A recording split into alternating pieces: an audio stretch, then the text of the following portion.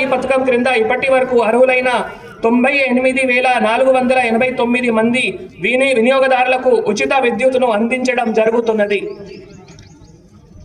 వైద్య ఆరోగ్య శాఖ చేయూత పథకం కింద పేదలకు మురుగైన కార్పొరేట్ వైద్య సేవలు అందించేందుకు రాష్ట్ర ప్రభుత్వం రాజీవ్ ఆరోగ్యశ్రీ పథకాన్ని ప్రవేశపెట్టినది. ఇందులో భాగంగా 5 లక్షల వైద్య సాయాన్ని 10 లక్షలు పెంచి 126 రకాల వైద్య చికిత్సలను ఉచితంగా అందిస్తున్నది.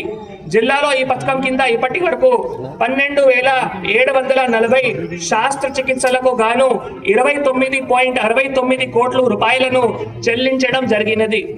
గిరిజన ప్రాథమిక ఆరోగ్య కేంద్రంలో జాతీయ ఆరోగ్య కార్యక్రమంపై సాంస్కృతిక కళాకారులచే అవగాహన కార్యక్రమాలు నిర్వహిస్తున్నాము.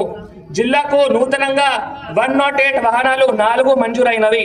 రిమ్స్ లో ప్రత్యేకంగా ట్రాన్స్జెండర్ క్లినిక్ ను ప్రారంభించడం జరిగింది.